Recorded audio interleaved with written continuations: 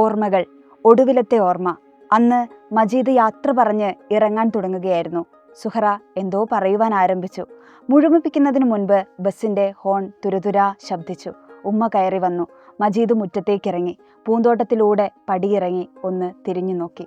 എന്തായിരുന്നു അന്ന് ഒടുവിലായി സുഹറ പറയാൻ തുടങ്ങിയത്?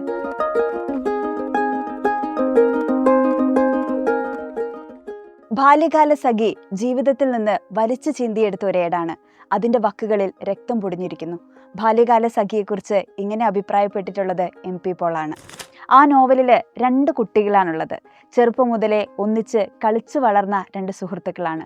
ഭയങ്കര അടിയും വഴക്കും പ്രശ്നക്കാരും ഒക്കെയായിരുന്നു അവർ ചെറുപ്പത്തിൽ. ഭയങ്കര രസകരമായിട്ടാണ് നോവലിൽ അവരുടെ ബാല്യകാലത്തെ ആവിഷ്കരിക്കുന്നത്. വളർന്ന് വലുതായപ്പോൾ അവർക്കുള്ളിലുള്ള ആ സൗഹൃദം പിന്നീട് പ്രണയമായി തീരുകയാണ്. ടീച്ചർ പറഞ്ഞു വന്നിട്ടുള്ള ഈ കുട്ടികളെ നിങ്ങളെല്ലാവരും മുൻപ് കേട്ടിട്ടുണ്ടാവും. ഒരു പരിധിവരെ മലയാളികളൊക്കെ വായിച്ചിട്ടുള്ള ഒരു കൃതി കൂടിയാണ് ബാല്യകാല സഖി.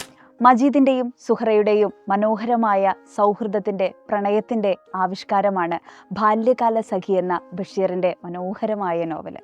ഈ നോവലിൽ ഒരിടത്ത് നാരായണപിള്ള മാഷ് ബഷീറിനോട് ചോദിക്കുന്നുണ്ട്, ഒന്നും എത്രയാണ് എന്ന് പറയുന്നൊരു ചോദ്യം. അതിന് ഇമ്മിണി ബല്യ 1 എന്നാണ് ബഷീർ ഉത്തരം പറയുന്നത്. ആ ഉത്തരം ഇന്നും കാലത്തെ അതിജീവിച്ച് നിൽക്കുന്ന അത്ര പ്രാധാന്യമുള്ള ഒരു ഉത്തരമാണ്.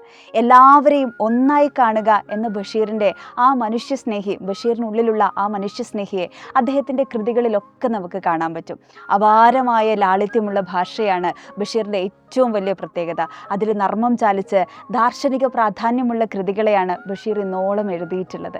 ബാല്യകാല സഖിയാവട്ടെ, മതിലുകളാവട്ടെ, എൻ്റെ ഉപ്പൂപ്പാക്കൊരു ആന ഉണ്ടായിരുന്നു എന്ന് പറയുന്ന കൃതിയാവട്ടെ, ഭൂമിയുടെ അവകാശികളാവട്ടെ, എല്ലാം ഒന്നിനൊന്ന് മെച്ചപ്പെട്ട കൃതികളാണ്. ജൂലൈ 5 ബഷീറിൻ്റെ ഓർമ്മ ദിനമാണ്. ബേപ്പൂർ സുൽത്താൻ എന്നറിയപ്പെടുന്ന അനേകം കൃതികളെ ജീവൻ കൊടുത്ത് എഴുതിയിട്ടുള്ള ആ വലിയ മഹാനായിട്ടുള്ള എഴുത്തുകാരൻ്റെ വളരെ പ്രധാനപ്പെട്ട കൃതികളിൽ ഒന്ന് തന്നെയാണ് ബാല്യകാല സഖി. 1944 അദ്ദേഹം ബാല്യകാല സഖി എഴുതിയത്. ഇപ്പോൾ 81 വർഷങ്ങൾ പിന്നിടുകയാണ് ബാല്യകാല സഖി. ഇത്രയും വർഷങ്ങൾക്കിപ്പുറത്തും അതേ പ്രാധാന്യത്തോടുകൂടെ അതേ കൗതുകത്തോടുകൂടെ തന്നെ ബാല്യകാല സഖി നിലനിൽക്കുന്നു എന്നുള്ളതാണ്.